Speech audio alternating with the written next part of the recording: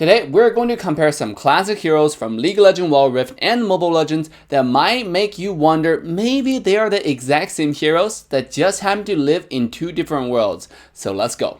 Just for the thrill of it, nothing counterfeit with you, just the thrill of it.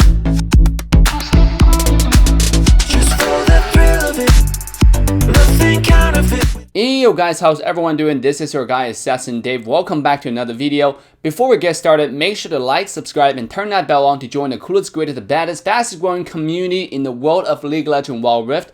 Now, the first and common difference for all the heroes listed below is Wild Rift heroes all have 4 active skills in 1 passive, whereas ML only has 3 active skills in 1 passive. And you can potentially have active items starting at level 1 in Wild Rift, which drastically increase the level of difficulty and complexity in game, whereas ML heroes are much easier to control and master.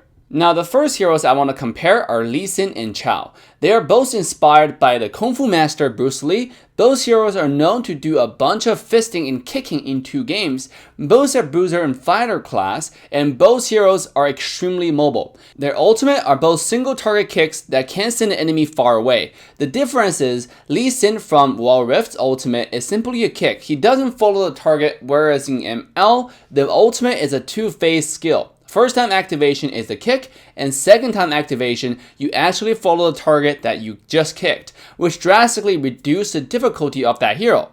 In Wild Rift, every single Lee Sin skill are actually 2-phase skills, except for his ultimate. So it really requires you to have extremely fast fingers. Not only that, you also need to have accurate fingers, so you don't press the wrong skill. Also, Lee's passive speeds up his next 2 auto attacks after each skill cast, so you also need to use your auto attack pretty frequently between skills.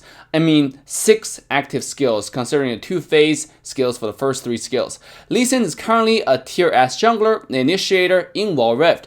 Player who has the skill and the will to choose this hero is also required to understand the game macro and carry the pace of the game. When to take objectives, when to gank, when to farm your own jungle, or when to give your farm to your team. The ML counterpart Chao, instead of having a bunch of skills, has this entire kit crammed into a single skill 1. You can activate Chao's skill 1 3 times to move around or knock people up. Chao's passive is also enhanced auto attack, but its activation precondition is moving around instead of casting skills, much similar to Yasuo's passive. So you are not really forced to use skills in between attack. It will probably take you less than 10 games to get a really good hang of Chao, but to master it, you do need a lot more focused practice. Chao is a hero that can be good or bad, depends on the player who plays it. And it's mainly used as a side laner or sometimes even a tank in certain regions. Overall, both heroes are really fun and skill to watch. Wild Rift top leaderboard are almost 90% all Lee Sin users, but in Mobile Legends, Chao is more of a niche pick due to how many strong meta fighters that just came out recently. Oh, by the way, in Mobile Legends, you're expected to have 1 new hero every single month, so get ready to learn a lot of new heroes really quickly. Next up, we have Draven and Bruno. Let's start with the similarities. Both heroes are marksman class in each game, and their signature skills are very similar. Both has enhanced auto attacks that can be refreshed indefinitely if you meet certain conditions. However, Draven is almost twice the difficulty to maneuver comparing to Bruno. For Draven, you are required to catch a spinning X upon its impact with the ground. If you fail to do so, you lose the enhanced auto attack. You either have the skill cooldown ready where you can activate it, or just completely lose the enhanced auto attack and attack normally like any other marksman but do a lot less damage. For Bruno from Mobile Legends, however, you are not required to catch the falling ball. In fact, it stays on the ground for a few seconds, and as long as you pick it up, or even your teammates pick it up for you, you get your enhanced auto attack back. And you can continue to be a monster. This mechanic makes Bruno extremely easy to play, whereas Draven is more of a hero only the people who are brave enough to even try it. Another thing worth mentioning is, good Draven players are almost always in a frenzy mode, since his skill 2 refreshes every time you catch a falling X, and activate this skill allows Draven to gain attack speed along with movement speed. Bruno, however, never has that problem, and on top of that, his hero has built-in dash, so it's easy for Bruno player to reposition himself in teamfights in Mobile Legends. Now, come back to Draven. Draven needs to mainly focus on your positioning, right? And really ask yourself the question, is it worth it for me to go pick up that falling X, or just let it fall so I don't die? I mean, it's not sex after all, but maybe it might be better than sex if you pick it up, if you know what I mean. Coming next for our comparison today are Zed versus Hayabusa.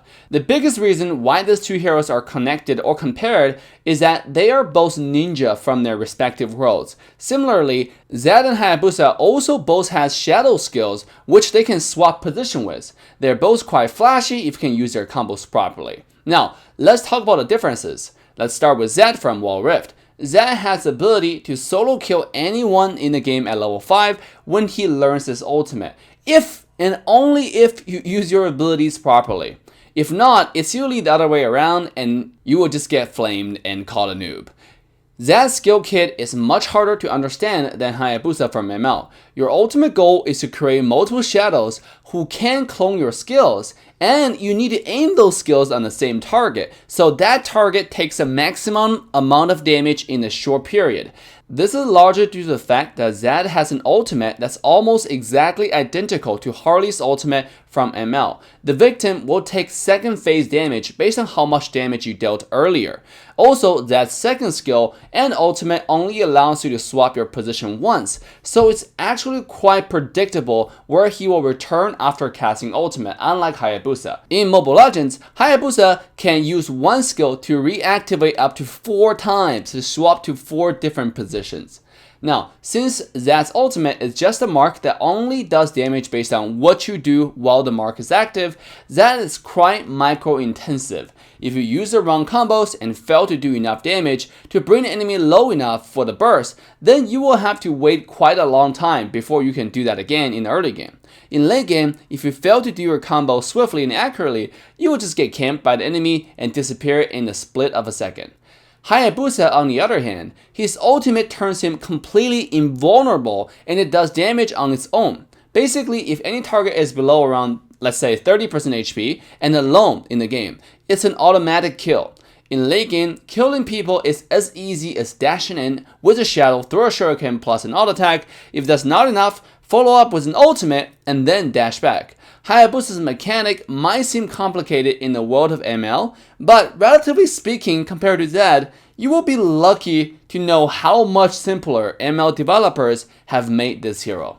Last but not the least, I want to compare Monkey King Wukong from Wild Rift and Sun from Mobile Legends. They are both Monkey Kings, but their fates in each game are drastically different. In Wild Rift, Wukong is a really fun and useful hero that can initiate teamfights, trick enemy, split push, and so on. Wukong can also play jungle role or go to the side lane, but Sun from ML is still a worse nothing troll pig at this point of the video's making. He loses to almost every single current meta side laners from Mobile Legends. Yes, Sun can also create clones similar to the Wild Rift version, but Sun's clone in ML are always acting confused thanks to the ML's amazing AI system.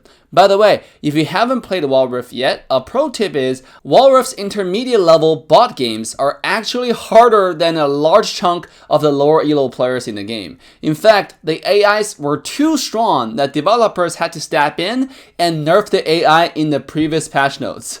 Now, coming back, Wukong from Wild Rift's skill kits allows him to create a clone, go invisible, and his ultimate can knock up a huge AoE of enemies. If you farms well, you can one-shot bunch of squishies mid to late game and possibly get away.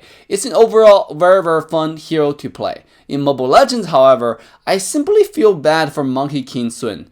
By the way, most players pronounce his name as Sun, but it's actually pronounced as Sun in Chinese. And another fun fact is, Monkey King's full name from the Journey to the West is actually Sun Wukong. Basically, Wild Rift and ML both took a little part of that name and made their own character. Back to Sun in ML. Sun can also create a clone, but since that clone is controlled by AI from ML, it always does random stuff, or mostly just standing still to look pretty.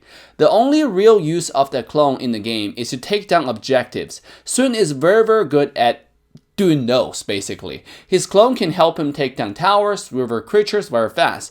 But Sun doesn't have any escape skills, doesn't have any initiation skills, zero qual control, negligible damage. I mean, I don't know why Moonton hates Monkey King so much. It's a character loved by all cultures around the world, and it's such a good character with already a well-established lore that's so underdeveloped in the world of ML. I really hope the devs can change it in the future, and maybe it might even win back a few players from All Rift. Overall guys, both games are very fun to play, and I encourage you guys to try both and see the difference yourself. Which version of the heroes do you like better and why? And which hero comparison do you like to see in the next episode? Feel free to leave a comment down below. Make sure to like, subscribe, and turn that bell on. With that, love you guys, and I'll see you guys next time. Bye now. Just for the thrill of it, nothing counterfeit with you, just the thrill of it.